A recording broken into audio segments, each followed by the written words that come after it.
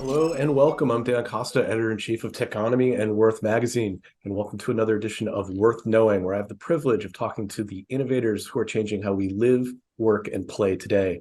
My guest today is Angela Barranco. She's the executive director of Climate Group. Climate Group is a nonprofit organization that works with businesses and government leaders worldwide to address climate change, renewable energy, and reduce greenhouse gases. Angela, thanks so much for joining me today. Dan, it's such a pleasure. Thanks for having me. Excited to chat. So we're having this conversation. Climate Week is about to start. I think a lot of people may not know what Climate Week is. We are, of course, having our climate event on September 20th. Tickets are still available if people want to attend right here in New York City. But maybe let's ground people and say, how did Climate Week start? Why is it important for the movement? Yeah, absolutely. And super excited for your event. I think it's going to be a really good time. So I'll put a little plug in for everyone to join you. The concept of Climate Week has really taken off in the last 15 years. So it's about 15 years ago that we started bringing people together who were in town for this New York series of events that the UN General Assembly holds around climate. And it really started off kind of small and focused on those UN meetings and the side opportunities and who was going to be there anyway. And over the course of the last 15 years has just blossomed into this really incredible event that is today as the largest climate event in the world. We have over 500 events, which is kind of crazy to say, across the city with a incredibly diverse group of stakeholders. So, you have folks who are artists who are putting on really important and creative opportunities to think about climate. You've got academics thinking about, highly technical subjects that really are very important and bringing those communities together. You've got politicians and business leaders who are also in town, thinking about the next steps, very practical terms, how to deploy innovation, new technologies and all of that kind of incredible stuff that can happen. So, what's been amazing is also to see how big the climate community has really, grown in those 15 years as well. And you can see just how many people are really sort of joining the movement that way. And it's really, I mean, part of it is that, the UN General Assembly will be happening at the same time. So you've got that international presence here as well. But what strikes me is that it's Climate Week, but it's not just climate activists. Like, we've got business leaders who are restructuring their business in order to align with these climate goals. So it's almost there's a business track, there's a political track. It's more than just climate activists talking to other climate activists. Oh, absolutely! I couldn't agree with you more. I think in some ways it's there is just every slice of the climate community here, but also all of the different industries and communities that are impacted by climate as well. So an emerging conversation really is around resilience and investment, right? So what are the communities that are impacted today and how can we help ensure, whether it's through private sector or public sector investment or locally community driven design to get those communities ready, prepared, and thriving in a changing climate, right? All the way to, like you said, businesses that are thinking about their supply chains who are in the process of transitioning this incredible global economy into, frankly, a green economy, right? It's no longer going to be the green economy. It's going to be the economy, as we say a lot of times. And so, all the facets of that are represented this week, and just and it's an incredible opportunity. Talk a little bit about the Climate Group itself. Beyond Climate Week, all throughout the year. Like, what does you're there to shape policy, you're there to shape businesses and affect change. How does that process work? What's been most effective? It's a really interesting thing because I think we are so well known for Climate Week, right? But it is only 1 week out of the year, right? I always joke is like there's 51 other weeks of the year that we're doing work, right? And so, Climate Group like you mentioned, is an international organization. We have offices in Europe, we have offices in India and China and the United States. We have operations across Latin America, Colombia, Brazil, in Mexico. And what that really is thinking about the many different ways that we can really activate subnational action, so governors specifically, but also private sector. And so we spend those other 51 weeks of the year really thinking about 5 different verticals, as I would say. Is the first is in heavy industry, concrete and steel, very heavily polluting industries, but really this emerging opportunity in terms of climate action. And so we have a strong focus. We have 2 campaigns, Steel Zero and Concrete Zero. They're really focused on demand side efforts with businesses. The second is transportation.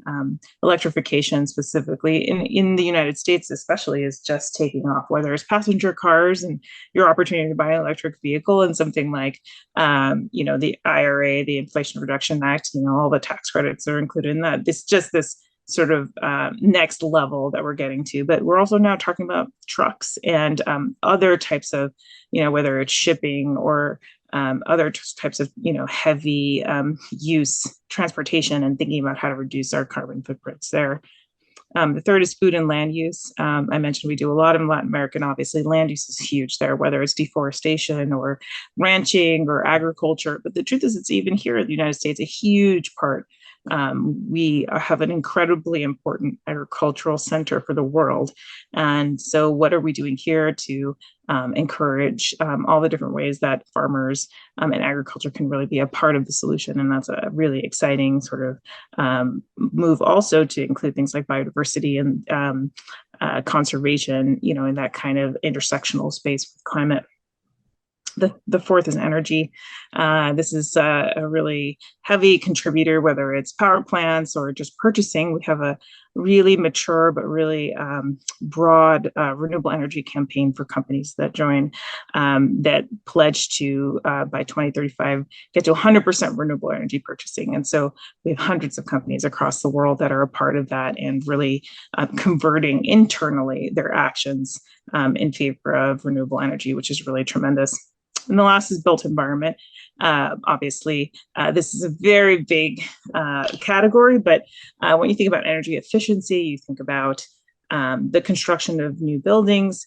There's so many opportunities, whether it's, like I mentioned, the IRA tax credits, or the materials that you're using, or even just some of the supply chains that you're talking about. It's a very live and active discussion that people are really thinking about. So we as Climate Group really focus on those. And like I mentioned, we work at the subnational level with governors. We run the Under 2 Coalition, which is a global coalition of governors, and a really important sort of lever for climate action. And then we have these campaigns, one of which I mentioned was RE100, but also EV100, Steel Zero, Concrete Zero, corporate action campaigns where companies come to the table and voluntarily not just say, yes, we're going to do this, but write plans, get it done, and work together to be able to be the strongest and most impactful. And then we do convening. So we do these large meetings like Climate Week we're best known for, but we also convene the U.S. Climate Action Summit, which is really this emerging tent pole in the climate calendar in April. And would love to see you all there. Yeah. So how do you, so we've obviously had these agreements, we've set a variety of goals. How do you think we're doing? Because I've seen headlines that say the energy transition is moving faster than we expected, and we're overperforming. And then I've seen others that say, yeah, but you haven't taken, we still have to move even faster because the problem is accelerating as well. Like, how would you level set our progress so far? Yeah, I mean, I think it's a complex moment we're in. We joked it's a messy middle, right? It's a little bit of this moment where we have taken tremendous strides, even just 5 years ago. Things like heavy industry, like concrete and steel, were thought of as untouchable. We had no idea how we're going to approach them. Today, we are deploying innovation. We're in the middle of creating demand signals. We're full speed ahead, right? And in 5 years to really transition that whole, kind of mentality and thinking is tremendous. But we have to move a lot faster, right? And the same goes for transportation. Electric vehicles have, I saw this amazing picture of an electric vehicle from like the 1920s, right? So this is not new technology, But Yeah, what the it first is what, cars were all electric. I mean, the right? gas powered So car came later, and it yeah, was really about being able to travel longer distances and but there were hundreds of electric car manufacturers when the automobile was first invented, and it's this page that's been lost to history. it's pretty amazing. People should just Google it. It's amazing to see this like old timey car, but it was electric, right? And it was absolutely in use. People were really championing it. And like you said, the gas powered car for overcame it given distances and the highways, and there were all these other pressures, right? But even in the 1970s, 1980s, you had a resurgence of electric vehicles, but again, range became an issue. And now we're finally sort of turning that corner in terms of accessibility and opportunity, that it can be accessible for all people also, right? Like the cost is significantly less than it used to be. So I mean, so in some ways there's so much for us to be really excited about, and wow, we are here in the middle of it. But gosh, after especially like a year like this where we saw these incredible, otherworldly almost climate driven disasters, whether it's wildfires in the north east. I know so many friends who like didn't even realize there were these enormous boreal forests in Canada, right? But all of a sudden they're all on fire, right? And Yeah, so you have these days that are just apocalyptic looking in New York City, right? And all of a sudden the attention is really focused on something like climate and the impacts of climate change on everyday life. And not to mention, a hurricane hitting Los Angeles, or the devastating wildfires in Maui, right? Like there's just too many examples this year in a way that people can't ignore. And it just means that we have to move a lot faster. The impacts really are here today. And so our challenge will be to be able to deploy as much as possible, as quickly as possible. yeah, and I mean, and there's real economic prices too that are being paid now. When I think when New York shut down because of the air quality for Yeah. wildfires that are happening hundreds of miles away, and what I don't think people understood or understand fully is that those fires are not out. Like those fires have been burning for 9 months, and Yeah. they're too big to put out over too much of a wide of an area. And those are long-term consequences that we just have to figure out how to live with. Mm-hmm. And again, it's like I hate to even say this, but the slow impacts of climate change are almost easier to ignore, right? Because like, oh well, the rising seas, well, this street in Miami all of a sudden floods twice as much as it used to before, but it's still livable. It's like you could kind of absorb, even some of the heat impacts. Like people are like, well, it's just a really hot year, whatever. But when all of a sudden an entire, all of the New York tri-state area gets shut down for several days because you can't breathe, there's just a level of um, intensity to that is Yeah, just very hard. And like you said, from an economic standpoint, from a health standpoint, from just individual impact, like people just didn't know what to do with themselves, right? Like, what do I do sitting in my house for 4 days because I can't go I outside and breathe? when they canceled all the kids soccer practices and after school activities, like I Yeah. was like, that's gonna bring it home to mom, and like the kids are trapped indoors again. Even if it was only for a couple of days, but I was like, it's gonna communicate. And also wildfires on the West Coast, much more common. People are more used to it. But I mean, this never happened in my lifetime in New York City. So I think it No. just brought it home in a whole new way. Yeah, I grew up in New York area too, and I had never seen anything like that. Now, I did live in California, and I was the undersecretary for natural resources in California dealing with wildfires, and so I saw firsthand. But these communities, around Tahoe in Northern California, they're used to it. But again, it's like this isn't okay, right? And the impacts on Yeah, health, especially in children, is really so significant. And so, but yeah, it takes a moment like this, I think, to kind of collectively bring everyone's attention to things in a way that it hasn't happened before. So I don't know. We'll see how that plays out in the next coming so weeks, months, and years. one of the other so I think the IEA is coming out with some new data. They've been teasing it, saying that in the next decade we're probably going to hit peak oil production and peak fossil fuel demand. I've read other reports that are thinking that that's probably too optimistic. But what's your take on sort of the energy transition And is this going to be the point? When are we going to reach? And we're using the phrase peak oil differently now than we used to, but peak oil and fossil fuel demand. Do you think that's going to happen in the next 10 years? I mean, my hope is yes, because I think part of it is changing consumer tastes, right? People now, like, again, in this way that is both voluntary and like, yay, we're all like happy to work on this together, but also like, wow, I have no choice but to see this for what it is. People are making choices with their consumer dollars around things like electric vehicles, right? I think, wasn't it just this year? And I apologize for not knowing this off the top of my head. I just read this article about electric vehicles just surpassed the number of hybrid vehicles for the first time Yeah. sold, Yeah. right? And that's like a really critical moment, like where all of a sudden it's sort of like the consumer is driving demand in a totally different way. And my hope is that just accelerates even further. And people like the convenience of an electric vehicle. They like the cost. When you have the cost of gas wildly fluctuating, but I mean, last summer it was over $5 average in the country, right? That's just unsustainable from an individual standpoint. And I think people are starting to see that in terms of their own individual, best interests. And I think that ultimately the solution for climate is going to be not a cerebral one, but a heart, right? Like it's going to be both. I want to do this because my friends and family are impacted and I'm impacted and I want my kids to grow up in a place where they can go outside, like that. There's that heart to it, but also it's a pocketbook, right? This is good for me. I'm going to pick this, a new technology over this old thing because it works, and it's going to be better for me in the end of the day. So I don't know exactly where those projections are, and there's just so many different, very wildly different variables. But I really am betting on the consumer in this case to choose the right path.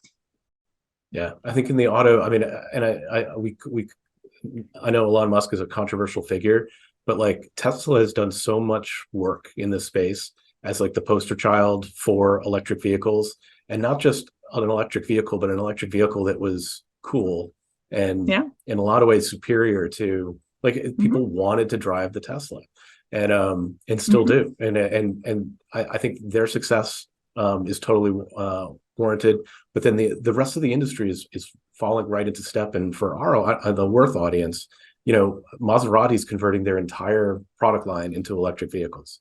So they'll still sell some gas vehicles, but they're going to offer every model as an electric vehicle, which is so now there's this new category of luxury EV, which again just shows where consumers' priorities are. I think, and I agree with you totally on the Tesla example, regardless of what you think about Elon Musk. They made it's almost like what Apple did for the phone, right? Like simple, straightforward, easy, sexy, great to use. You feel good doing it, and it's kind of one of these things that people didn't necessarily feel like that about their gas vehicles, really. And they're very practical for the most part, but something like the powerful acceleration of an EV is fun to drive, right? And so it kind of really, like it doesn't surprise me Maserati's going all electric, right? Like a electric Maserati sounds like a lot of fun, you know what I mean? Right. And like that sounds great, and something that can take you a long distance. You don't have to even stop at a gas station. Like that's even better, right? You can charge at home. You don't, it's just the ease and comfort of that. I think it's really risen to the challenge. Now there's a lot of challenge in terms of infrastructure that we have to overcome, but at the same time, leaps and bounds. Even in a year, we've seen a tremendous difference in deployment of charging infrastructure. But like I said, a lot of people can just charge at home now. It's just kind of a crazy different way of thinking about it. So yeah, I agree with you. I think it's funny. The article I was reading was about Toyota and this that is so clearly happening in terms of hybrid to electric vehicle. And it's just, it's happening everywhere. I mean, in China, electric vehicles are taking off, right? And people are, again, seeing the value in that. And I think that's tremendous market. So it's not, it's both the luxury and also just extremely practical, which is nice. I think that's one of the most heartening things. You mentioned it earlier that this isn't just the green economy. This is the economy. And this is, the auto industry is undergoing the transition, and it's not because it's better for the planet. It's because this is where the market is. and this is where the leadership positions are, and if you want to compete and be competitive, these are the steps you have to take. Oh, absolutely. I mean, this is the thing, like I said, I'm betting on the consumer, right? They want Yeah. something easy. Like, I mean, I think of myself, like, I don't like going to a gas station. I'd rather just charge at home, and like, Yeah. just do that, keep it easy, right? And I think that's absolutely right. And the companies will come to where the consumer is, where the purchasing power is. And I think there's a lot of purchasing power in people today, like I said, both from heart. I think a lot of people do truly want to make choices that are, they feel like have lower impact or have better impact on the environment and the planet, but also better make sense for them, at the end of the day. So I think the appeal of driving electric, I think, is pretty clear. Like, what are the other steps? Consumers always ask, like, what can I do? Yeah. What choices? What can I do? How can I make a difference? Do you have any suggestions for consumers? Yeah. I mean, look, I think this is kind of a complex answer I'm going to give you. And so forgive me for being both a little bit contradictory on the Not a front end. problem. I think on one hand, everybody can do something. There is just so much tremendous value in individual action here. Like, again, there's all these tax credits now with Inflation Reduction Act and a lot of these federal US bills that are happening right now. You want a heat pump in your house? I'll give you some money. You want to buy an electric vehicle? You want to put an electric charger? All of the infrastructure right now basically has tremendous tax credits. You want to, put solar panels on your house, or you want to do something else, like, and so really the consumer is the driver here. Like what I mean? Like there's so much money flowing into individuals being able to access these things. It's such the time to invest in these, whether it's in your home or your business.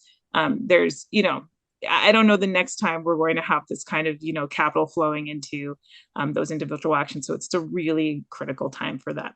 I mean, secondly, I think climate action is not, or I should say the climate solution, that beautiful place we arrive one day, Mhm. is only going to happen with the action of all of us together. It's literally a problem that cannot be solved by like a small group of really determined people. Like it has to be a global solution. It has to be consumer driven solution. All of these things are required to get to the place where, politics and policy and individual action really come together.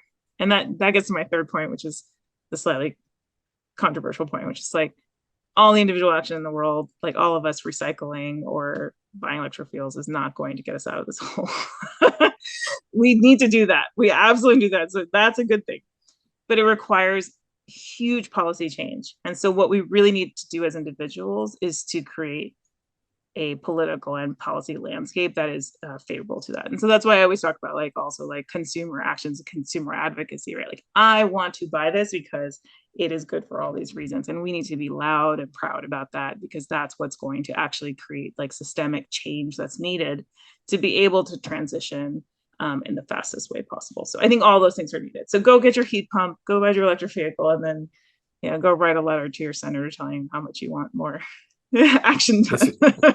yeah, it's amazing. The heat pump's a great example because I honestly, until about a year and a half ago, I didn't know what a heat pump was. Yeah, yeah. And then I, did the research, and I think I started seeing advertisements that were targeting me because I heat my house with oil upstate, Yeah. and it's expensive, and I think I Mm-hmm. probably complained about it online somewhere, and suddenly I'm being retargeted heat pump rebate offers, and it's a fascinating technology that it's not new. They've existed for a very long time, but now they're like a mainstream consumer product.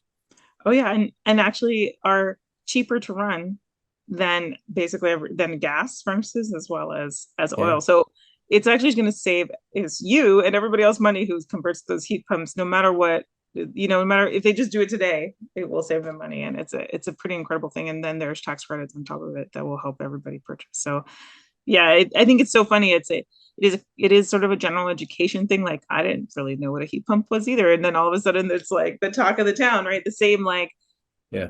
I think also from a company standpoint, it's also about educating like purchasing and supply chain power, right? Like what does it mean to purchase green steel or green concrete, right? And who's making it and how do you get it, and why is it that impactful? Like why would it actually help your business, and you could thrive with it and things like that? And that's just happening across the board in so many ways. So I'm sure you have a very full schedule during Climate Week. Is there anything in particular or anyone in particular you're looking forward to seeing?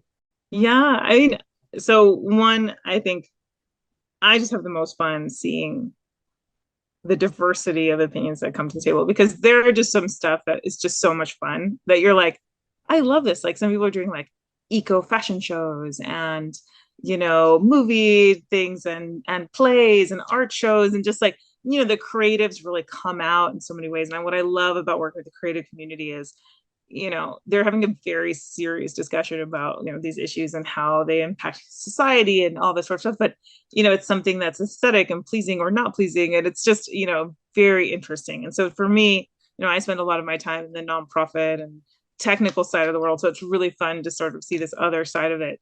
I'm also just super excited to sort of see some of the regulars, and the reason I say that is because what I think has really transitioned over the course of these last, even 5 to 10 years, I would say, is that it's no longer good enough to just to show up and say the word climate.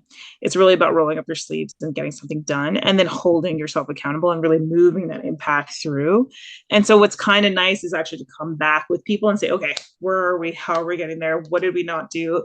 Like, and this sort of energy that you get from a set of people that are so focused on impact, right? And being able to really, also hold ourselves accountable. What are we done? What is not working? How do we do this better, right? Like in that kind of iterative process, I think is really important too. So those are two places that I'm really excited for. I think, but again, there's just like, it is such a choose your own adventure moment. There are tremendous opportunities, no matter what you're interested in participating in.